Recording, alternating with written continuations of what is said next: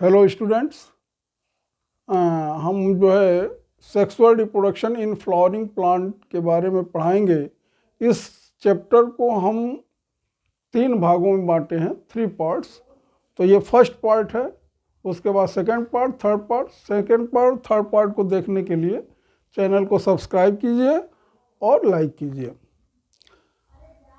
पहले हम लोग फ्लावर के बारे में जानेंगे। Flower is the modified suit, यानी सूट का रूपांतरित रूप होता है फ्लावर।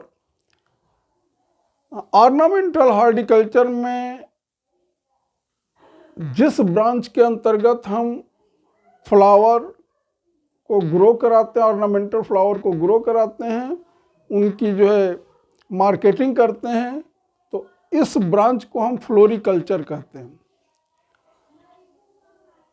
फ्लावर एंजियोस्पर्मिक प्लांट का रिप्रोडक्टिव पार्ट होता है। फ्लावर एंजियोस्पर्मिक प्लांट का रिप्रोडक्टिव पार्ट होता है। इसमें जो पेडिसिल होता है, जिसके द्वारा फ्लावर स्टेम से जुड़ा रहता है, पेडिसिल के ऊपर फूला हुआ भाग थैलमस कहलाता है। थैलमस पर फ्लावर के डिफरेंट पार्ट अरेंजमेंट होते हैं। ये डिफरेंट पार्ट को हम 4 ओरल में बांटते हैं। जो बाहर के 2 ओरल होते हैं, चक्र होते हैं, उनको एसेसरी ओरल कहते हैं, और अंदर के 2 ओरल होते हैं, उनको नेसेसरी ओरल और रिप्रोडक्टिव ओरल कहा जाता है। तो आउटर ओरल्स को हम सेपल कहते हैं और ग्रुप ऑफ सेपल को हम काइलिक्स कहते हैं। Sepal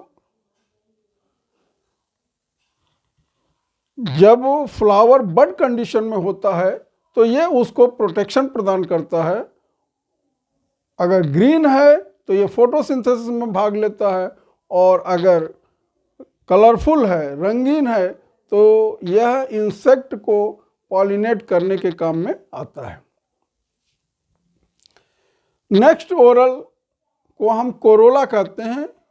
Corolla group of petal होता है, अर्थात कोरोला की जो यूनिट होती है उसको हम पेटल कहते हैं। पेटल कलरफुल होता है। इसके बेस पर किसी फ्लावर में, कोरोला के बेस पर सेक्रेटरी ग्लैंड पाए जाते हैं, जिन्हें नेक्ट्री कहते हैं। उससे नेक्टर सिक्रीट होता है।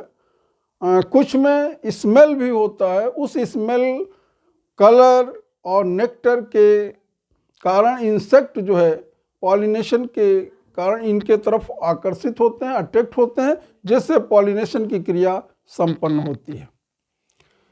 थर्ड ओरल जो नेसेसरी ओरल है, यह इस फ्लावर का मेल रिप्रोडक्टिव पार्ट कहा जाता है। इसे हम एंड्रोसियम कहते हैं। एंड्रोसियम की जो यूनिट होती है उसको स्टेमन कहते हैं। स्टेमन का मुख्य काम इसके परागकोश में पोलन ग्रेन का, परागकणों का निर्माण होना है।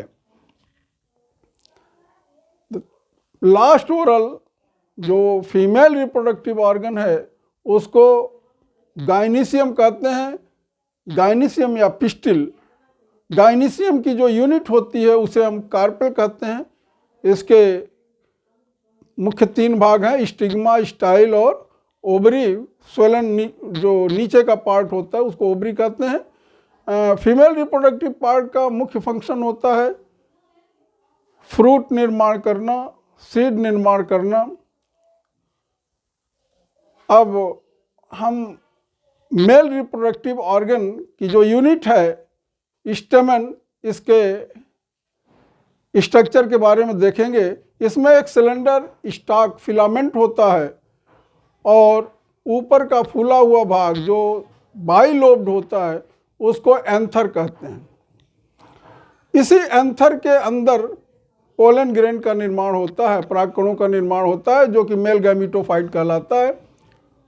एंथर बाइलोब्ड होता है और प्रत्येक लोब में 2 चैम्बर होते हैं, जिन्हें माइक्रोस्पोरेंजियम कहते हैं। इस प्रकार कुल टोटल 4 माइक्रोस्पोरेंजियम, 4 माइक्रोस्पोरेंजियम होता है। इन माइक्रोस्पोरेंजियम में स्पोरोजिनस सेल इसके अंदर होते हैं और उन्हीं स्पोरोजिनस सेल जो है बाद में चल करके माइक्रोस्पोर मदर सेल में कन्वर्ट होते हैं और वहाँ मियाटिक डिवीजन के द्वारा पोलन ग्रेन का निर्माण होता है, माइक्रोस्पोर का निर्माण होता है। हम स्टेमन को माइक्रोस्पोरोफिल भी कहते हैं। अब एक जो माइक्रोस्पोरेंजियम है उसके स्ट्रक्चर को हम देखें तो माइक्रोस्पोरेंजियम के स्ट्रक्चर में जो आउटर पार्ट होता है उस आउटर पार्ट को, जो आउटर लेयर है वो एपिडर्मिस है, इसका जो मेन फंक्शन है केवल प्रोटेक्शन देना है। और जो सेकंड लेयर है वो कॉलुमनर सेल का बना होता है, इसमें फाइब्रस होता है और इसका दो काम है। एक तो एंथर को डेहिस करने में ड्यूरिंग मैच्योरेशन पीरियड, जब यह एंथर परिपक्व हो जाता है तो परागकणों को बिखेरने के लिए, स्कैटर्ड करने के लिए यह डेहिसेंस का काम भी करता है और प्रोटेक्शन भी देता है। थर्ड लेयर 2 से 3 लेयर का बना होता है और इसे मिडिल लेयर कहते हैं। इसका मुख्य काम केवल प्रोटेक्शन का है। सबसे अंदर की जो परत होती है इंटरनल लेयर, ये मल्टी न्यूक्लिएटेड होती है और इसमें डेंस साइटोप्लाज्म होता है। इसका मुख्य काम न्यूट्रिटिव है, पोषण प्रदान करना है। डेवलपिंग पोलन ग्रेन को यह न्यूट्रिशन देता है, पोषण प्रदान करता है। जब मैच्योर माइक्रोस्पोरेंजियम हो जाती है, यानी उसके अंदर जो है माइक्रोस्पोर का निर्माण हो जाता है, तो ये जो 4 चैम्बर दिखाई दे रहा है, तो इसमें से 2 चैम्बर के बीच जो सेप्टा होता है वो डिसइंटीग्रेट कर जाता है और इस प्रकार यह पोलन सैक का रूप ले लेता है। यानी mature microsporangium is known as pollen sac. Microspore mother cell, जो स्पोरोजिनस टिश्यू इसके अंदर होता है माइक्रोस्पोरेंजियम के अंदर, वह माइक्रोस्पोर मदर सेल के रूप में कन्वर्ट होता है और ये माइक्रोस्पोर मदर सेल में मियाटिक डिवीजन होता है और मियाटिक डिवीजन के फलस्वरूप स्पोर पोलन ग्रेन टेट्राड बनता है, जिसमें टेट्राड में 3 सेल हम सामने से देख लेते हैं और 1 सेल इसके पीछे होता है। कुछ ज़्यादातर एंजियोस्पर्मिक प्लांट में ऐसा होता है, लेकिन कुछ एंजियोस्पर्मिक प्लांट में किसी में जो है आइसोबाइलेटरल भी होता है, किसी में डेकुसेट होता है, किसी में टी सेप्ट होता है। एक माइक्रोस्पोर के अगर स्ट्रक्चर को हम देखें तो ये 2 परतों से घिरा रहता है, 2 लेयर होता है। बाहर वाली जो परत होती है बहुत ही हार्ड मटेरियल का बना होता है, जो इस नेचर की सबसे हार्ड मटेरियल होती है। ये ऑर्गेनिक कंपाउंड है स्पोरोपोलेनिन। ये स्पोरोपोलेनिन का जो है वो बना होता है। इसमें कुछ जगह ऐसी होती है जहाँ पर स्पोरोपोलेनिन नहीं होता है। इन जगहों को हम दिखा रहे हैं, इनको हम जर्म पोर कहते हैं।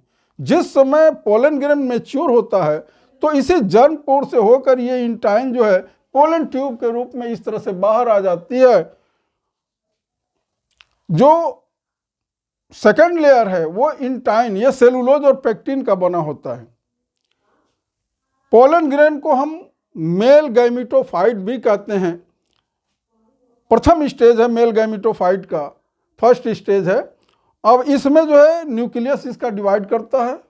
इसमें एक छोटा सा सेल बनता है स्पिंडल सेल, जिसको जनरेटिव सेल कहते हैं, और ऊपर वाला बड़ा सा वेजिटेटिव सेल्स होता है। इस वेजिटेटिव सेल में रिजर्व फूड मटेरियल बहुत ज़्यादा मात्रा में स्टोर हो जाता है। इसमें वैक्यूल भी पाए जाते हैं।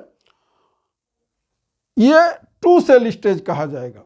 ज़्यादातर एंजियोस्पर्मिक प्लांट में पोलन ग्रेन का स्टिग्मा तक स्थानांतरण 2 सेल स्टेज में ही होता है, लेकिन कुछ एंजियोस्पर्म के ऐसे फैमिली हैं, ऐसे प्लांट हैं जिनमें 3 सेल स्टेज में पोलन ग्रेन का स्टिग्मा पर ट्रांसफर होता है। तो ये जो जनरेटिव सेल आप लोग देख रहे हैं, ये जनरेटिव सेल आगे चल करके 2 मेल गैमिट में डिवाइड हो जाता है और ये दोनों मेल गैमिट, अभी हम बता रहे थे कि ये जो है जब मैच्योर होता है स्टिग्मा पर पहुंच जाता है तो जर्म पोर से हो करके इंटाइन जो सेलुलोज और पेक्टिन की बनी है वो जर्म पोर से बाहर आती है पोलन ट्यूब के रूप में, और इसके अंदर 2 मेल गैमिट आ जाते हैं।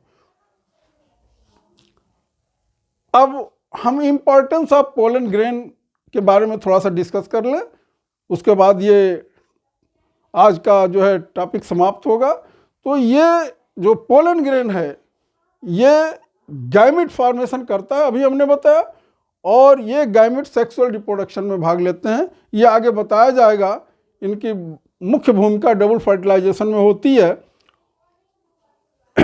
दूसरी चीज़ है कि पोलन ग्रेन हाईली न्यूट्रिशियस होता है, इसमें पोषक तत्व पर्याप्त मात्रा में पाए जाते हैं, जिसका फूड सप्लीमेंट के रूप में भी आजकल बहुत ज़्यादा प्रयोग किया जा रहा है। पोलन ग्रेन को हम -196 डिग्री सेंटीग्रेड ताप पर लिक्विड नाइट्रोजन के अंदर स्टोर कर देते हैं for future plant breeding programme के लिए इनका उपयोग किया जाता है। तो अब तो हमको समझ में आ गया होगा कि आप लोगों को ये sexual reproduction in flowering plant का जो फर्स्ट पार्ट है, जिसमें फ्लावर स्ट्रक्चर हुआ, उसके बाद से स्टेमन का जो मेल रिप्रोडक्टिव ऑर्गन है उसके स्ट्रक्चर के बारे में डिस्कस किया गया, फिर माइक्रोस्पोरेंजियम के स्ट्रक्चर के बारे में डिस्कस किया गया। एक चीज़ बता दें आप लोगों को कि माइक्रोस्पोरोजेनेसिस किसे कहते हैं। Development of microspore from microspore mother cell is known as microsporogenesis, अर्थात माइक्रोस्पोर का माइक्रोस्पोर मदर सेल से निर्माण माइक्रोस्पोरोजेनेसिस कहलाता है। तो दैट इज ऑल। धन्यवाद।